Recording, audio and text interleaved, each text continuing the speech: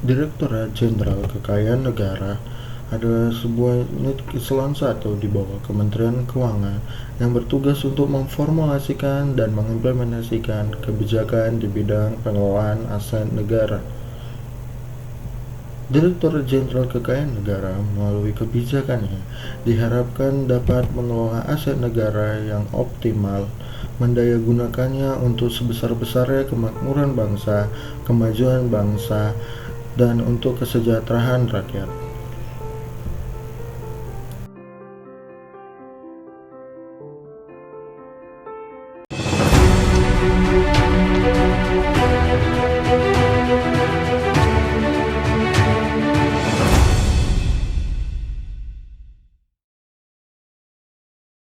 Ya, kembali lagi di kita. Oh, Kenalin, gue Matthew dan teman gue aku Putri. Putri. Kita hari ini akan bahas tentang yang menarik tentang BUMN Idol, khususnya perbandingan antara Indonesia dan Australia.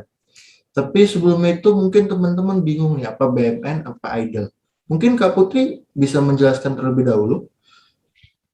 Jadi secara sederhana BUMN itu adalah barang, singkatannya tuh kepanjangannya adalah barang milik negara. Jadi barang-barang yang kepemilikannya atas nama negara. Itu beraneka ragam, ada tanah, ada gedung, lalu ada banyak, ada rumah dinas dan lain sebagainya. Seperti itu. Nah, tadi disebutkan Kak Putri ada tanah, gedung, bangunan. Teman-teman tahu nggak sih berapa jumlah aset kita itu 10.000 triliun. Tapi nggak semuanya itu dimanfaatkan dengan baik ya Kak Putri ya. Tuh, jadi kalau bicara tentang BUMN tuh ada kemungkinan tiga kondisi terkait BUMN. BUMN itu telah digunakan, maksudnya digunakan tuh BUMN digunakan sesuai dengan tugas fungsinya.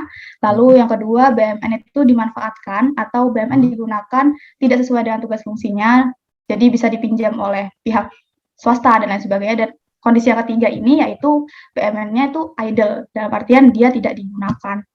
Jadi dia ya solo player gitulah, BUMN-nya kayak diem-diem aja. Tim Magic. Nah, yang ketiga nih yang akan kita bahas hari ini tentang BUMN Idol. Nah, kita kan udah belajar nih, kita udah benchmark dengan Australia. Nah, setelah kita benchmark dengan Australia nih, apa aja sih Kak Putri yang membedakan pengelolaan BUMN di Indonesia dengan di Australia, Kak Putri?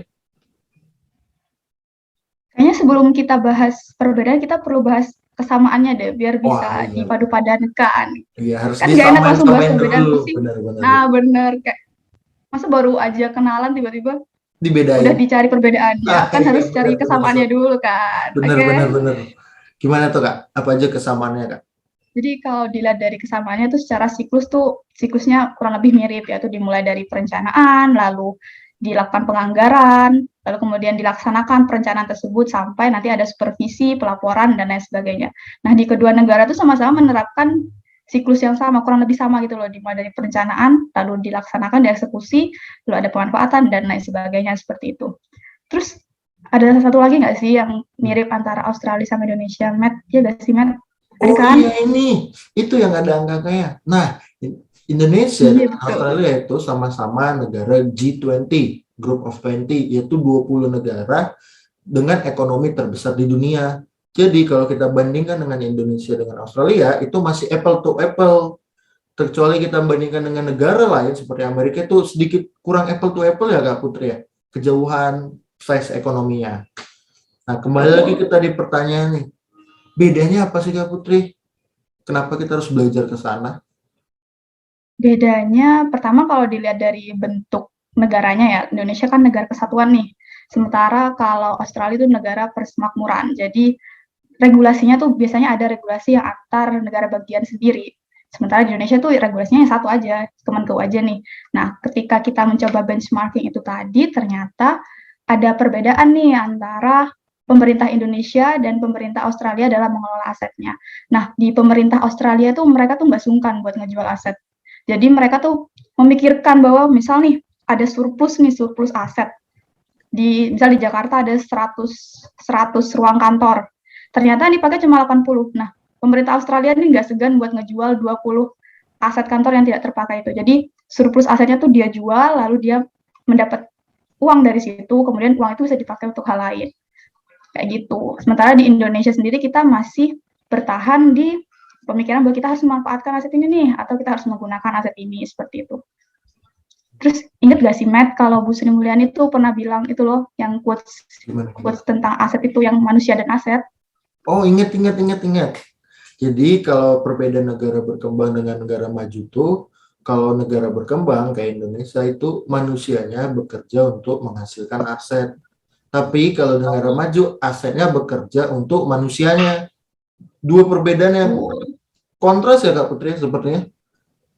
Nah, kan Indonesia ini masih bisa disebut sebagai negara berkembang lah ya. Sementara Australia jauh lebih maju dibanding Indonesia. Jadi di Australia tuh mereka memanfaatkan asetnya dengan menyewakannya atau bahkan menjualnya, seperti itu. Menyewakannya dengan menjualnya. Nah, setelah kita benchmarking tadi perbedaan yang membuat Australia lebih unggul itu Kak. Kira-kira kalau ditarik ini Kak, ke kita sebagai CPNS nih, sebagai yang menerapkan nilai-nilai aneka itu, aku tuh bisa mendapatkan beberapa hal nih Kak. Akuntabilitas nih Kak. Kita ini bisa tadi dapat data-data Australia kan, berarti mereka terbuka kepada publiknya, akuntabel. Oke. Tanggung jawab kepada publik. Asli. Benar. Nah, yang kedua N, nasionalisme. Nasionalisme ini mereka tadi mengutamakan pendapatan negara ya, national interest-nya. Nah, berarti mereka mengutamakan warga negaranya. Ketiga nih, etika publik. Nah, dalam penerapan kebijakannya, pemerintah Australia itu selalu mengutamakan nilai-nilai etika dalam menjualnya, nggak sembarangan menjual tuh Kak. Iya, dilihat dulu tuh ya, value-nya dari bangunannya lah. Nggak tiba-tiba jual aja. Tiba-tiba, pengen jual nih, nggak kayak kita pengen jual tinggal jual. Nggak mudi. Nah, ya, benar. Tadi ANE, sekarang Kak, komitmen mutu. Walaupun itu Kak dijual, tapi kan pelayanan publiknya tetap terjamin kualitasnya, tetap menjaga mutunya gitu Kak. Jadi nggak serta-merta dijual nggak ada ruang kantor, ya nggak jalan dong pemerintahnya, nggak kan? Benar. Tetap menjaga komitmen mutu. Dan yang terakhir nih Kak, mereka itu menerapkan yang namanya nilai-nilai anti korupsi, salah satunya dengan adanya property regulation, di mana property regulation ini mengatur tentang properti milik negara, gitu Kak. Benar banget, keren banget deh, suka deh sama Matthew kayak gini nih, kayak menjabarkan poin by poin berdasarkan apa yang dia perhatikan dan baca. Nah, tapi Matt, kira-kira menurutmu apa yang dilakuin sama Australia tuh bisa nggak sih diterapin di Indonesia, kayak ngejual aset, terus dia nyewain asetnya, terus surplus asetnya dia langsung kayak memilih untuk oke, jual aja karena ini surplusnya nggak kepake. Menurutmu bisa nggak sih diterapin di Indonesia kalau kayak gitu? Menurutku bisa sih Kak, tapi aku belum kepikiran nih gimana caranya kira-kira mengimplementasinya Kak. Kak Putri mungkin tahu caranya gimana? Kalau implementasinya sebenarnya ya, setahu aku itu kita udah punya regulasi sih yang mengatur terkait pemanfaatannya. Nah, pemanfaatannya tuh ada banyak jenis bisa kita pakai. Nah, kalau tadi kita belajar benchmarking yang bareng Australia tuh kan kita kayak fokus pada dua kata, antara sewa atau jual. Sementara kalau di Indonesia tuh kayak sebenarnya banyak. Jadi kita bisa pakai skema sewa, bisa pakai skema ketupi, bisa pakai skema pinjam pakai, dan lain sebagainya. Ada banyak banget skema-skemanya. Kayaknya kita perlu belajar bareng sih, Matt, kalau terkait skema-skemanya ini, karena emang banyak dan berbeda-beda antara skema satu dan skema lainnya. Kayak gitu. Tapi Kak, mungkin kita gampang ya menyebutnya, tinggal dipinjamkan, tinggal dijual, disewa. Tapi biasalah, pasti ada kerikil-kerikil kecil hambatannya nih. Nah, ya benar. Aku tadi kepikiran Kak, karena tadi Kakak bilang dipinjam pakai, dijual, disewa, dan sebagainya Kak. Faktanya nih Kak, di dekat daerahku ini banyak tanah-tanah negara yang dikuasai pihak lain nih Kak. Dalam artian bukan dikuasai oleh pemerintah nih Kak. Kan itu butuh biaya kan Kak, untuk menggusurnya gitu loh. Nah itu salah satu hambatannya Kak. Mungkin kok di daerah Kakak hambatannya gimana tuh? Sebenarnya sedih juga sih kalau ngelihat ternyata ada BUMN yang dikuasai atau dipakai oleh pihak lain, padahal statusnya itu status punya pemerintah gitu loh. Kayak kita udah memilikinya tapi kita tidak bisa menggapainya secara mudah gitu kan, sedih ya kan. Sedih.